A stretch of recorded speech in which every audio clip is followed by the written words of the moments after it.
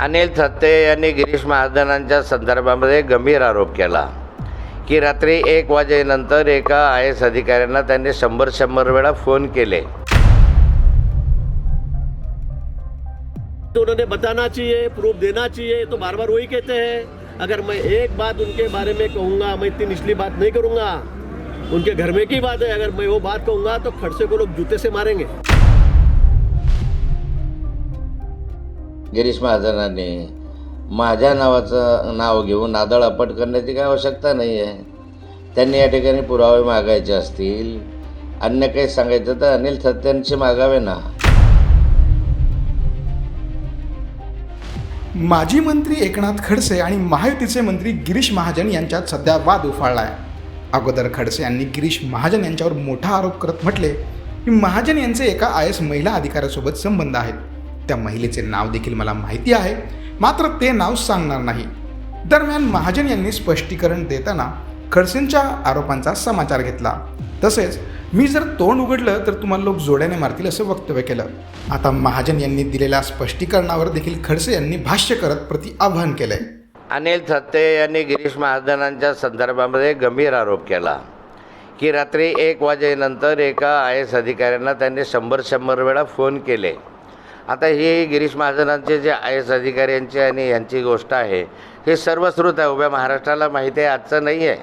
हे कित्येक वर्षापासून ही चर्चा महाराष्ट्रामध्ये सुरू आहे आणि ते अधिकारी कोण आहे हे सर्वांना श्रुत आहे, मलाही माहिती आहे, सर्वांनाच माहिती आहे। पण एखाद्या अधिकाऱ्याचं नाव घेणं योग्य होणार नाही असं अनिल थत्तेसुद्धा बोललेत।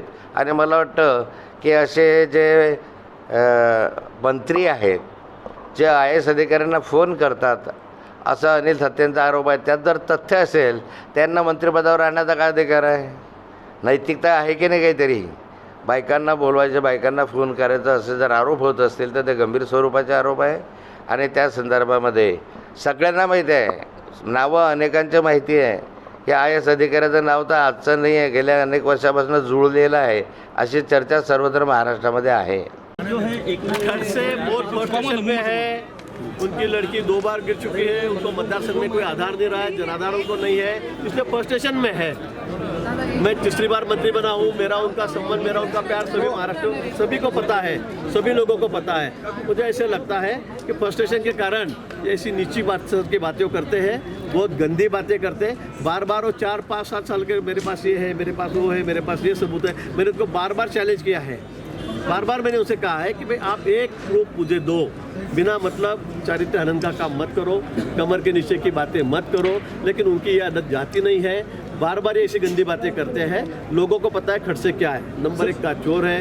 उनके दामाद 3 साल जमीन चोरी के इसमें जेल में जा चुके हैं। अभी भी उनकी केस आपको पता है ईडी के पास भी है, कोर्ट में भी है। अभी मैं साबित करके बताऊंगा कि खड़से क्या है। सर उन्होंने उनका मतलब मेरे ऊपर कोई आरोप नहीं कर सकते, मैंने कोई गलत काम आज तक किया नहीं है, ना आर्थिक व्यवहार किया है, इसलिए फ्रस्ट्रेशन में गए। उनको ऐसे लगता है कि मैं अब इसका क्या करूँ और क्या नहीं। मेरी पार्टी ने मुझे तीसरी बार मंत्री बनाया है, अच्छा काम कर रहा हूँ मैं राज्य में, इसलिए उनको बहुत बुरा लग रहा है। और इसी को लेकर वो कोई ना कोई ऐसी बात, गंदी बात बार बार करते हैं। आज पहली बार नहीं किया है। मेरे पास सीडी है, मेरे पास सीडी है, आप मेरी ईडी लगाएंगे तो सीडी लगाऊंगा। उनको ऊपर ईडी की कार्रवाई हुई, उनके दामाद 3 साल जेल में जाके आए, बीबी बाल बाल बच गई, अभी भी जा सकती है।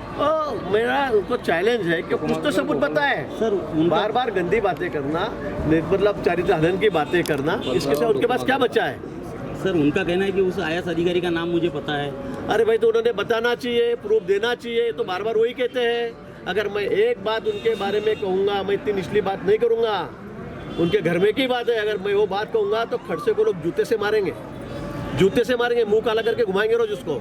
एका IAS महिला अधिकाऱ्याशी गिरीश महाजनांचं बोलणं झालं, हा आरोप मी स्वतः केलेला नाही। हा आरोप गगनभेदीचे अनिल थत्ते यांनी केलेला आहे आणि त्यांनी त्यामध्ये अमित शहांचा उल्लेख केलेला आहे की अमित शहांकडे या संदर्भामध्ये CDR उपलब्ध आहे असं त्यांनी सांगितलं। त्यामुळे उगाचच गिरीश महाजनांनी माझ्या नावाचं नाव घेऊन नादळ आपट करण्याची काही आवश्यकता नाही आहे। त्यांनी या ठिकाणी पुरावे मागायचे असतील, अन्य काही सांगायचं तर अनिल थत्तेंशी मागावे ना। नाथाबोला कशाला पुरावे मागत राहत आहेत. आणि त्यामध्ये अनिल थत्तेंचं जे आहे त्यात तथ्य आहे की नाही तथ्य आहे हे तुम्ही शोधा. अन्यथा अनिल थत्तेंवर काही कार्यवाही करायची असेल तर ते तुम्ही करा. पण उगाच नाथाभाऊचं नाव कशाला घेता. नाथाभाऊनं कधी तुमच्यावर ॲलिगेशन या संदर्भामधले केले नाही की IAS अधिकाऱ्याच्या बरोबर तुमचं बोलणं झालं आहे असं कुठलाही आलो मी केलं नाही. तो अनिल थत्तेंच्या त्या चॅनलचा हवाला देऊन मी बोललो होतो. सोशल मीडियाच्या भाऊ गर्दीत विश्वासार्हतेने चकाकणारे नाव म्हणजे लेट्सअप मराठी. सगळ्यांना सगळ्या नागरिकांना ती स्पीच ती लेट्सअप वरील मुलाखती म्हणजे विचारांचा खजिना. त्यानंतरच्या निवडणुकीमध्ये मला सोडून गेले. बातम्या केवळ वस्तुस्थिती सांगणाऱ्या, न प्रोपगंडा, फक्त जनतेचा अजेंडा. क्योंकि आने वाला कल जाने वाला है, जाने वाला कल आने वाला है. राजकारण, मनोरंजन असो की क्रीडा क्षेत्र, महाराष्ट्राची स्पंदने संवेदनशीलतेने टिपणारे माध्यम म्हणजे लेट्सअप मराठी.